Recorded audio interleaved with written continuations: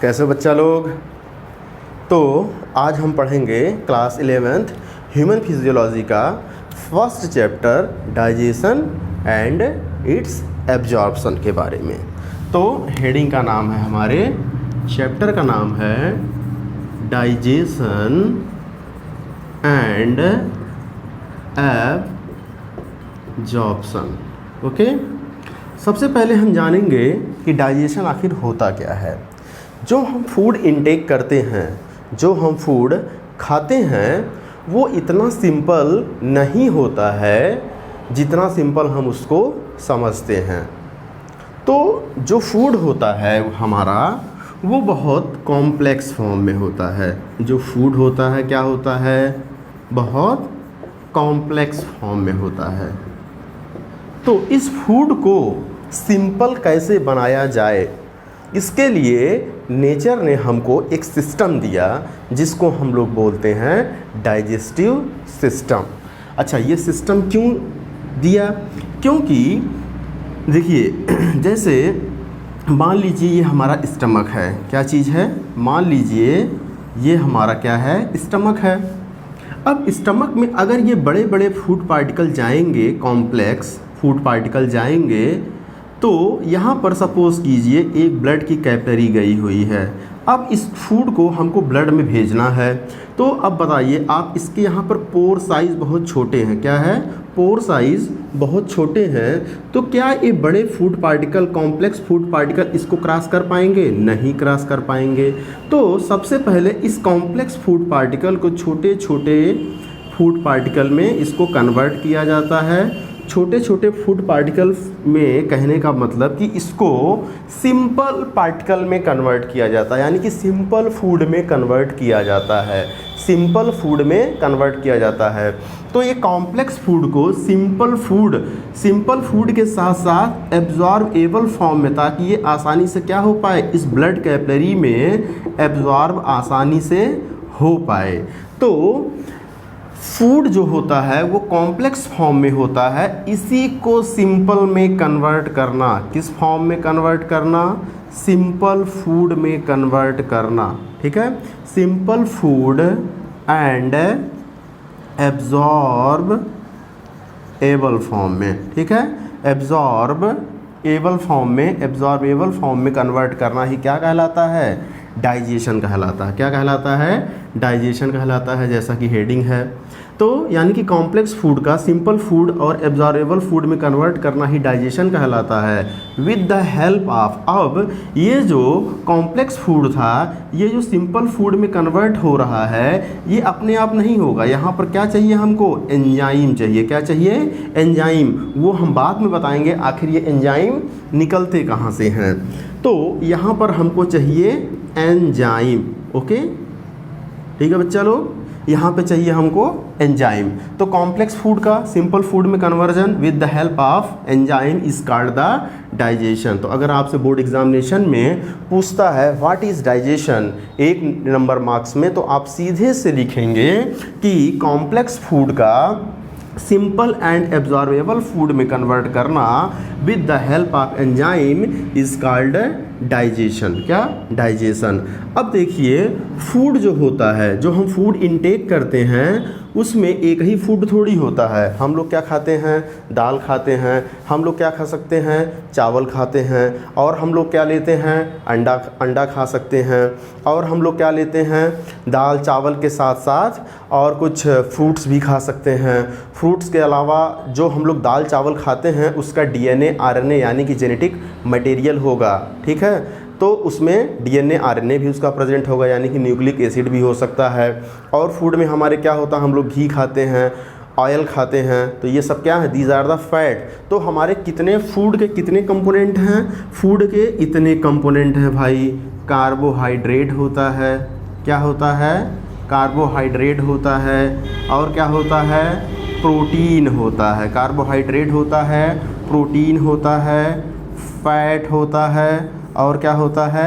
Nucleic acid होता है। क्या होता है?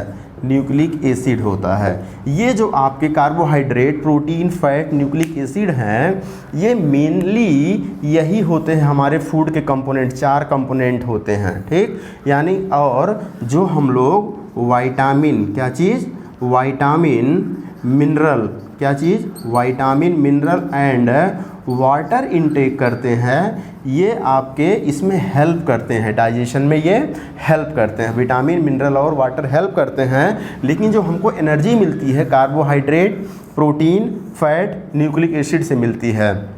अब कहेंगे सर हम तो रोटी खाते हैं, हम तो कार्बोहाइड्रेट खाते ही नहीं हैं। तो बच्चा, रोटी तुमने उसको नाम दिया है, रोटी में ही तो कार्बोहाइड्रेट प्रेजेंट होता है, ठीक है। कहेंगे सर हम रोटी नहीं, हम बाजरा खाएंगे। तो भैया बाजरा खाओ, लेकिन उसमें भी तो कार्बोहाइड्रेट प्रेजेंट है। यानी कि रूप अलग अलग हो सकता है, लेकिन जो बेसिक कंपोनेंट होगा आपका वो कार्बोहाइड्रेट ही प्रेजेंट होगा उसमें, ठीक है।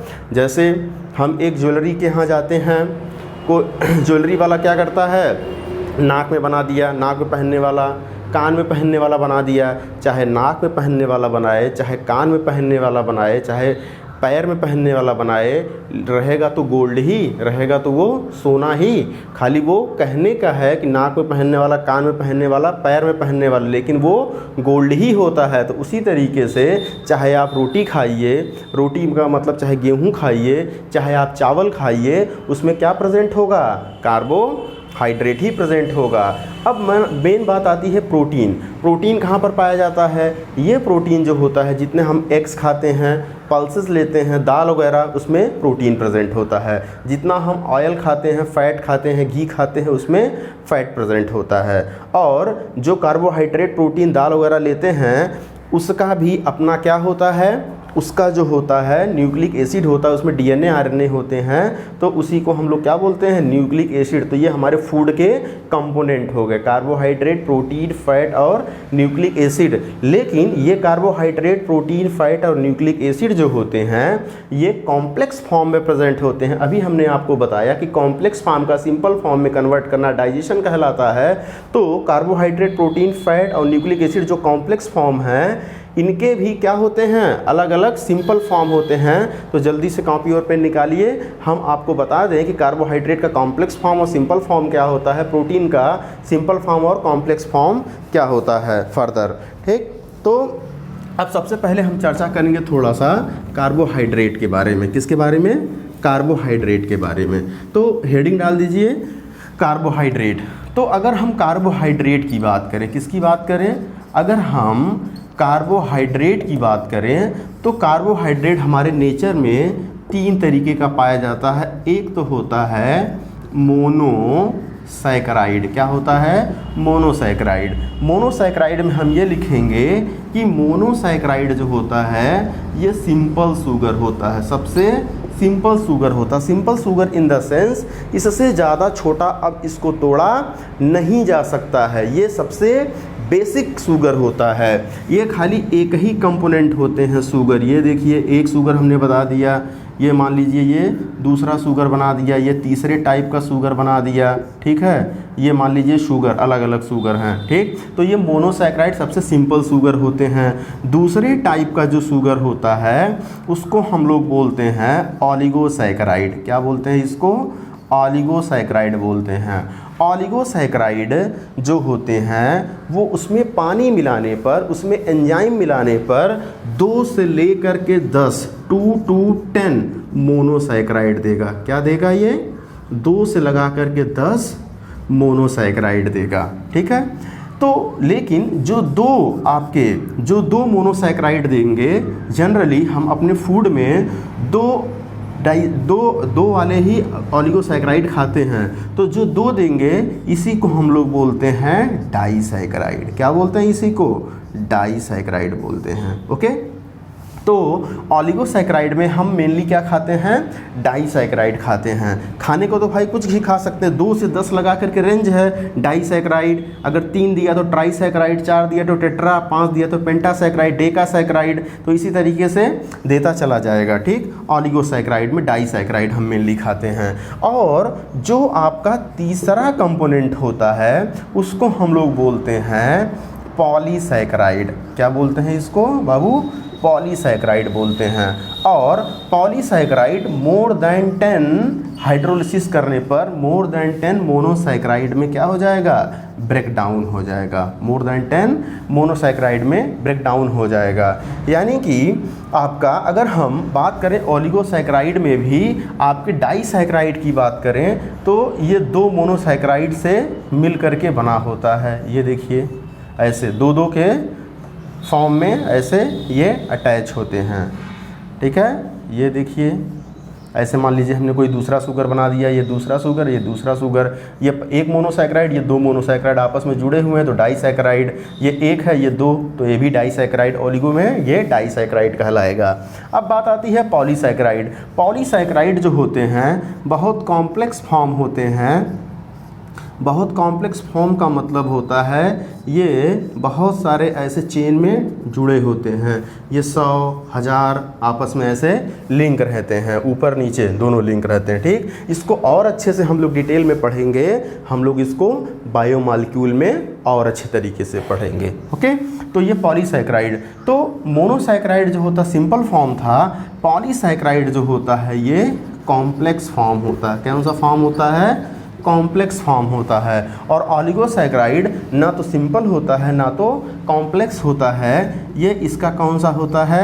मीडियम फॉर्म है। कौन सा है ये? मीडियम फॉर्म है। ठीक है, अब देखिए यानी कि हम यहाँ पर कह सकते हैं कि अगर हम कार्बोहाइड्रेट की बात करें तो पॉलीसैकराइड जो कॉम्प्लेक्स फॉर्म है with the help of enzyme monosaccharide में कन्वर्ट होना ही क्या कहलाएगा? हमारा डाइजेशन ऑफ कार्बोहाइड्रेट कहलाएगा। अभी हमने पहले ही आपको बता दिया कि डाइजेशन क्या होता है? कॉम्प्लेक्स का सिंपल में कन्वर्ट करना। तो कार्बोहाइड्रेट का कॉम्प्लेक्स फॉर्म कौन सा है? पॉलीसैकराइड है। सिंपल फॉर्म कौन सा है? मोनोसैकराइड है। तो आपका कॉम्प्लेक्स फूड का सिंपल फूड में कन्वर्ट यानी कि पॉलीसैकराइड का मोनोसैकराइड में कन्वर्जन क्या कहलाएगा? ये डाइजेशन ऑफ कार्बोहाइड्रेट कहलाएगा। अब कुछ लोग कहेंगे सर इसका एग्जाम्पल बता दीजिए, मोनोसैकराइड का, ओलिगोसैकराइड का, पॉलीसैकराइड का कुछ तो एग्जाम्पल बताइए।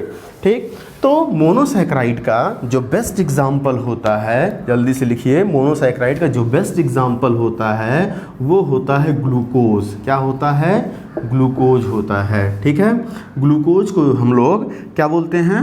ग्लूकोज ईजिली अवेलेबल होता है, इसीलिए इसीलिए इसको क्या बोला जाता है? ग्लूकोज को ग्लूकोज को क्विक एनर्जी देने वाला सब्सटेंस बोलते हैं। क्या बोलते हैं? क्विक एनर्जी देने वाले सब्सटेंस बोले जाते हैं ग्लूकोज। फ्रक्टोज क्या हो सकता है? फ्रक्टोज कहाँ पे पाया जाता है? फ्रूट्स में पाया जाता है, तो इसको हम लोग फ्रूट शुगर बोलते हैं। क्या बोलते हैं इसको? फ्रूट शुगर बोलते हैं। गैलेक्टोज क्या बोलते हैं इसको? गैलेक्टोज। ठीक, तो आपका ग्लूकोज हो गया, फ्रक्टोज हो गया, गैलेक्टोज हो गया। ये क्या होते हैं? These are the monosaccharide. अब ओलिगोसैकराइड में हम बात करेंगे अपने फूड में जो हम सबसे ज़्यादा लेते हैं डाइसैकराइड के बारे में। तो अगर हम डाइसैकराइड की बात करें तो डाइसैकराइड का बेस्ट एग्जाम्पल होता है आपका लैक्टोज। ये हो गया lactose, maltose and third one is the sucrose. Okay, ये 3 आपके कंपोनेंट होते हैं। 3 कंपोनेंट का मतलब यहाँ पे एग्जाम्पल लैक्टोज, माल्टोज और सुक्रोज। अगर हम तो अब कहेंगे सर इसको हम डाइसैकराइड क्यों माने हम? तो बाबू लैक्टोज का हाइड्रोलिसिस करने पर लैक्टोज अगर टूटेगा तो 2 मोनोसैकराइड देगा। वो दो मोनोसैकराइड कौन कौन होंगे? लैक्टोज जो होगा ग्लूकोज इसको हम यहाँ से हटा देते हैं, ग्लूकोज प्लस गैलेक्टोज में ब्रेक डाउन होगा। किस में ब्रेक डाउन होगा? गैलेक्टोज में ब्रेक डाउन होगा। माल्टोज किस में ब्रेक डाउन होगा? 2 मोल ग्लूकोज यानी कि ग्लूकोज प्लस ग्लूकोज में ब्रेक डाउन होगा। अब देखिए यहाँ पर भी ये मोनोसैकराइड है, ये मोनोसैकराइड, तो 1 मोनोसैकराइड 2 मोनोसैकराइड। ठीक है, टूटने के बाद कौन दिया? लैक्टोज दिया, इसीलिए इसको बोलते हैं डाइसैकराइड। ग्लूकोज प्लस ग्लूकोज दिया ये माल्टोज ने, इसीलिए ये भी मोनोसैकराइड। ये मोनोसैकराइड 2 मोनोसैकराइड माल्टोज में छिपे हुए थे, इसीलिए माल्टोज को डाइसैकराइड। अच्छा, सुक्रोज क्या देगा? ग्लूकोज प्लस फ्रक्टोज देगा। क्या बनाएगा ये? ग्लूकोज प्लस फ्रक्टोज बनाएगा। और आपको पता है ग्लूकोज हुआ, फ्रक्टोज हुआ, गैलेक्टोज हुआ, सब क्या है, दीज आर द मोनोसैकेराइड। तो लैक्टोज हो गया, माल्टोज हो गया, सुक्रोज हो गया। तो आपका ये क्या है, ये डाइसैकेराइड है। कैसे डाइसैकेराइड हैं, हमने आपके इधर कंपोनेंट बता दिया, ये आप याद कर लीजिए इसको, ठीक। अच्छा, कभी कभी आपके एग्ज़ाम में पूछ लिया जाता है कि लैक्टोज को क्या बोलते हैं, माल्टोज को क्या बोलते हैं, सुक्रोज को क्या बोलते हैं। तो लैक्टोज जो होता है हमारे मिल्क में पाया जाता है, इसीलिए इसको बोला जाता है मिल्क शुगर। क्या बोला जाता है इसको बोला जाता है मिल्क शुगर। लैक्टोज जो होता है, सॉरी, माल्टोज जो होता है वो हमारे मिलेट्स में पाया जाता है। किस में पाया जाता है, मिलेट्स का मतलब होता है ज्वार, बाजरा, ठीक है, इन सब में पाया जाता है। सीरियल्स जितने होते हैं माल्टोज पाया जाता है। और जो हमारा सुक्रोज होता है वो केन शुगर में पाया जाता है, इसीलिए इसको केन शुगर बोलते हैं। क्या बोलते हैं इसको, केन शुगर बोलते हैं। अच्छा, सुक्रोज यानी कि चीनी का है यूज हम लोग अपने घर में भी करते हैं, चाय बनाने में, दूध को मीठा करने में, या किसी भी चीज़ को मीठा करने में सुक्रोज का यूज़ किया जाता है, चीनी का यूज़ किया जाता है। इसीलिए इसको बोलते हैं टेबल शुगर। क्या बोलते हैं, टेबल शुगर बोलते हैं। टेबल साल्ट किसको बोलते हैं, NaCl को, गलती मत कीजिएगा, यानी कि जो हम टाटा साल्ट खाते हैं वो हमारा क्या कहलाता है, टेबल साल्ट कहलाता है, NaCl। लेकिन टेबल शुगर कौन कहलाता है, सुक्रोज कहलाता है। तो ये ऑलिगोसैकेराइड में डाइसैकेराइड के एग्जाम्पल हैं। अब हम जल्दी से बात कर लें यहाँ पर पॉलीसैकेराइड का। पॉलीसैकेराइड का जो एग्जाम्पल होता है, जो बेस्ट एग्जाम्पल होता है वो होता है स्टार्च। क्या होता है, स्टार्च क्या होता है, reserve food material of plant, यानी कि जो प्लांट अपने अंदर फूड रिजर्व करके रखते हैं वही होता है स्टार्च। और यही स्टार्च फूड के फॉर्म में, वही स्टार्च हमारे गेहूं में इकट्ठा होता है जिसको हम लोग खाते हैं, स्टार्च। और क्या पॉलीसैकेराइड का एग्जाम्पल होता है, ग्लाइकोजन। कौन सा होता है, ग्लाइकोजन। ये क्या होता है, reserve food material of animal. अगर कोई एनिमल आप खा रहे हैं तो इसका मतलब क्या आप खा रहे हैं, उसके अंदर से कार्बोहाइड्रेट के फॉर्म में ग्लाइकोजन खा रहे हैं। अगर उसका लीवर खा रहे हैं तो यानी कि ग्लाइकोजन खा रहे हैं। इसके अलावा प्लांट में आपका और क्या हो सकता है, सुबरिन। क्या हो सकता है, सुबरिन हो सकता है, टैनिन हो सकता है, लैटेक्स हो सकते हैं। और फिर इसके अलावा अगर हम बात करें तो गम हो सकता है, ठीक। और क्या होता है, काइटिन। अच्छा बाबू, क्या होता है, जो काइटिन होता है वो आर्थ्रोपोड्स, यानी कि जितने भी आपके कॉकरोचेस वगैरह होते हैं, कॉकरोच हो गया, बिच्छू हो गया, इनके जो ऊपर का कवर होता है, ठीक है, उस किसका बना होता है, इसी काइटिन का बना होता है, ठीक। अब देखिए, तो ये सारे क्या हैं, पॉलीसैकेराइड हैं, ठीक। ये ऑलिगोसैकेराइड में डाइसैकेराइड हो गया, ये मोनोसैकेराइड है। यानी कि पॉलीसैकेराइड का ऑलिगोसैकेराइड में चेंज होना और ऑलिगोसैकेराइड से मोनोसैकेराइड में ही चेंज होना ही हमारा क्या हो गया, डाइजेशन ऑफ कार्बोहाइड्रेट हो गया। क्योंकि पॉलीसैकेराइड बहुत कॉम्प्लेक्स फॉर्म है और मोनोसैकेराइड बहुत सिंपल फॉर्म है। तो कॉम्प्लेक्स का सिंपल फॉर्म में कन्वर्ट होना वाया द मीडिएटर फॉर्म, ठीक है, कौन सा, मीडिएटर फॉर्म। पॉलीसैकेराइड ऑलिगो में चेंज होगा, ऑलिगो मोनो में चेंज होगा। तो इसी को हम लोग बोल देंगे डाइजेशन ऑफ कार्बोहाइड्रेट बोल देंगे, ठीक है। जल्दी से इसको पॉज करके नोट कीजिए। अब देखिए, अगर हम इसको समराइज़ करें, क्या करें, समराइज़ करें एक लाइन में, तो हम ये कह सकते हैं डाइजेशन ऑफ कार्बोहाइड्रेट में एक लाइन हम यहाँ पर लिख सकते हैं कि आपका जो कार्बोहाइड्रेट होता है, क्या होता है, जो कार्बोहाइड्रेट होता है वो किस फॉर्म में है, पॉलीसैकेराइड। किस फॉर्म में है, पॉलीसैकेराइड फिर किस में कन्वर्ट होगा, ऑलिगोसैकेराइड में चेंज होगा। और ये किस में चेंज होगा, मोनोसैकेराइड में चेंज होगा, ठीक है। किसकी मदद से, एंजाइम की मदद से। तो देखिए, पॉलीसैकेराइड क्या है, कॉम्प्लेक्स है, मोनोसैकेराइड क्या है, सिंपल है। तो पॉलीसैकेराइड ऑलिगो में चेंज हुआ, ऑलिगो में भी कौन से, मेजॉरिटी डाइसैकेराइड, ये मोनोसैकेराइड में चेंज हो गया। तो ये डाइजेशन ऑफ कार्बोहाइड्रेट हो गया। अब हम अपने फूड के सेकंड नंबर इम्पॉर्टेंट कंपोनेंट की अगर हम बात करें, यानी कि अगर हम प्रोटीन की बात करें, किसकी बात करें हम लोग, प्रोटीन की बात करें। जैसे हमने दाल खाया, हमने अंडा खाया, प्रोटीन की बात करें, तो उसमें उसमें जो होगा क्या, कॉम्प्लेक्स फॉर्म में ये प्रोटीन प्रेजेंट होगा। ये देखिए प्रोटीन जो हमने गोला गोला बना रहे हैं ये क्या है, अमीनो एसिड है। यहाँ पर 1000, ठीक है, 1000 10,000 अमीनो एसिड ऐसे लाइन में लगे रहेंगे। अमीनो एसिड 1, अमीनो एसिड 2, 3, 4, 5, 6, 7, 8, 9 ऐसे डॉट डॉट डॉट 10,000 20,000 आपस में लगे रहेंगे। इस हैवी मॉलिक्यूलर वेट वाले अमीनो एसिड की चेन को हम लोग क्या बोलते हैं, प्रोटीन बोलते हैं, यानी कि ये बहुत कॉम्प्लेक्स फॉर्म है। अगर इसको हम जगह जगह से 500 का 400 का जगह जगह से ब्रेक डाउन कर दें तो इसको हम लोग अब बोलते हैं पेप्टोन्स। क्या बोलते हैं इसको, पेप्टोन्स और पॉलीपेप्टाइड। क्या बोलते हैं इसको, पॉलीपेप्टाइड बोलते हैं। अब पॉलीपेप्टाइड 400-500 की जो चेन है इसको हमने ब्रेक डाउन कर दिया। अब सिंपल, ये देखिए सिंपल 2-2 में चेंज कर दिया, इसको बोलते हैं डाईपेप्टाइड। क्या बोलते हैं, डाईपेप्टाइड बोलते हैं, इसको बोलते हैं डाईपेप्टाइड। अब डाईपेप्टाइड में भी इसको हमने ब्रेक डाउन कर दिया तो अब देखिए एक एक अमीनो एसिड फ्री हो गया।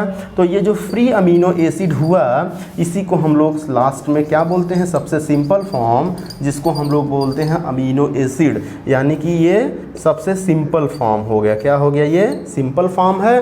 और ये प्रोटीन या पॉलीपेप्टाइड ये इसके कॉम्प्लेक्स फॉर्म है। क्या है, ये कॉम्प्लेक्स फॉर्म है। ठीक, तो अगर हम प्रोटीन के डाइजेशन की बात करें तो एक लाइन में हम ये लिख सकते हैं कि जो प्रोटीन होता है वो पॉलीपेप्टाइड फॉर्म में होता है। किस फॉर्म में होता है, पॉलीपेप्टाइड फॉर्म में होता है।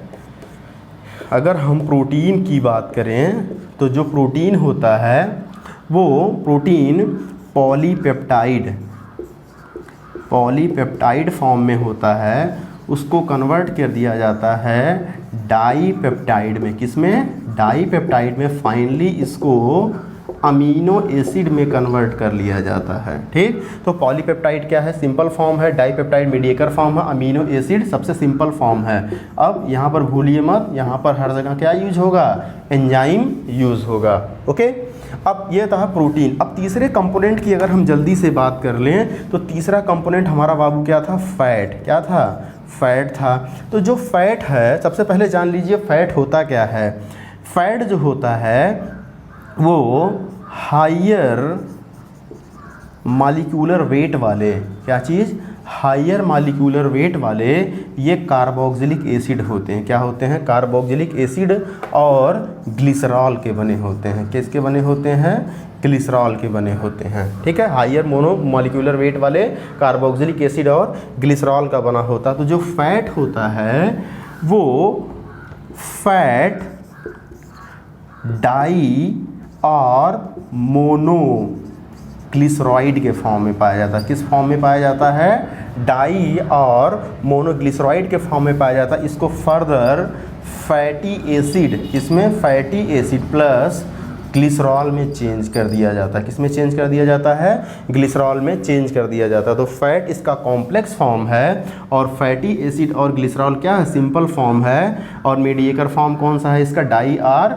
मोनोग्लिसरॉइड। अगर ग्लिसरॉल से एक कार्बोक्सिलिक एसिड जुड़ा है तो इसको बोलते हैं मोनोग्लिसरॉइड, और ग्लिसरॉल से दो आपके कार्बोक्सिलिक एसिड जुड़े हैं तो उसको हम लोग बोलते हैं डाईग्लिसरॉइड। तो ये हो गया फैट का डाइजेशन। ठीक, तो अगर हम फैट के डाइजेशन को समराइज़ करें तो फैट वाले में हम लिख सकते हैं जो फैट होता है वो आपका डाई एंड मोनोग्लिसरॉइड के फॉर्म में होता है। किस फॉर्म में होता है, डाई एंड मोनोग्लिसरॉइड के फॉर्म में होता है। फर्दर इसको फैटी एसिड, किसमें, फैटी एसिड प्लस ग्लिसरॉल में चेंज कर दिया जाता है, जो कि इसका सिंपल फॉर्म है।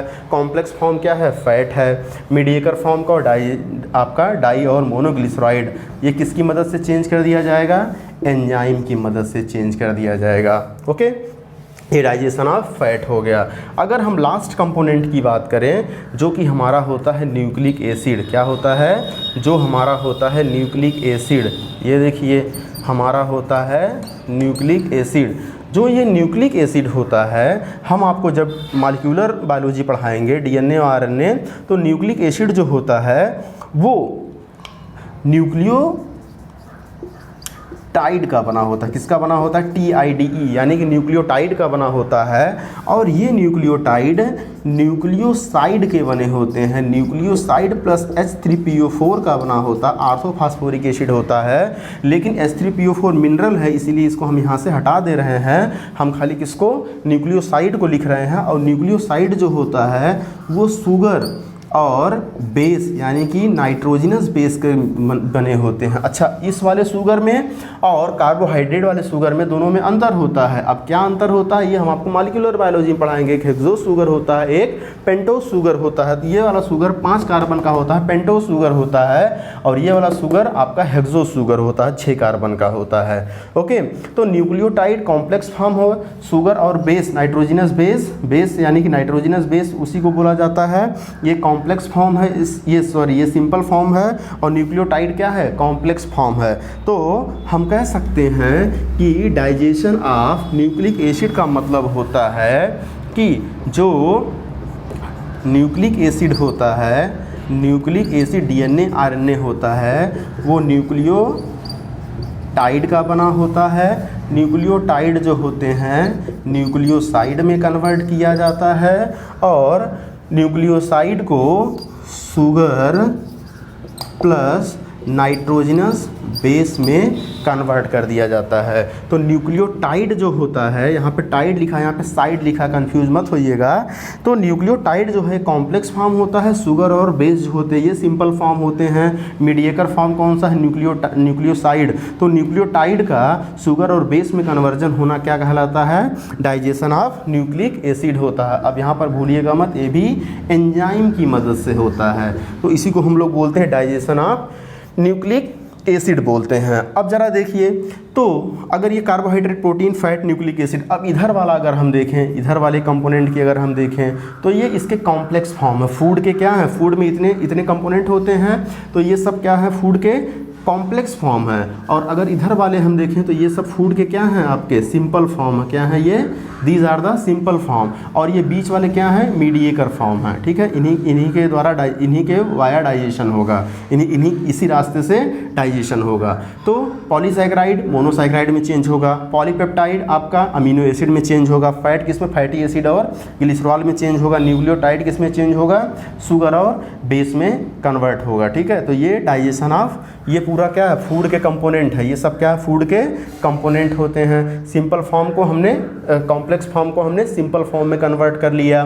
तो यही है आपका डाइजेशन। लेकिन बात बाबू ये आती है कि आखिर ये हमने आपको एक जगह समराइज तो कर दिया चीज़ों को, लेकिन ये डाइजेशन आखिर होता कैसे है?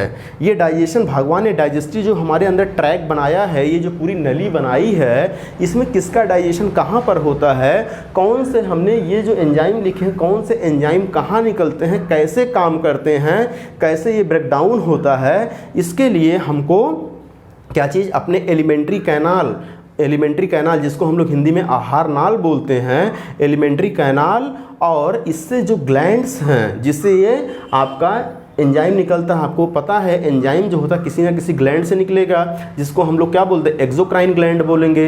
ये ग्लैंड्स कहाँ पाई जाती हैं? तो इसके बारे में पूरा डिटेल में हमको पढ़ना पड़ेगा। ये तो हमने आपको ऐसे ही एक समराइज़ कर दिया ताकि आपके दिमाग में बैठ जाए कि डाइजेशन एक्चुअली में होता क्या है। ठीक है, तो अगला जो इसके बाद वाला पोर्शन है वो हम इसको नेक्स्ट वीडियो में कवर कर देंगे। तब तक आप खूब मन लगा करके पढ़ाई करते रहिए। देखिए कोरोना काल चल रहा है, सब लोग अपने घर पे रहिए, अच्छे से पढ़ाई कीजिए और जितना हो सके चीज़ों को अच्छे से रिवाइज़ कीजिए लाइन बाय लाइन। ठीक है, और हमसे जो भी हेल्प आप लोगों को चाहिए वो कमेंट बॉक्स में हमको ज़रूर लिख करके बताइएगा। Thank you.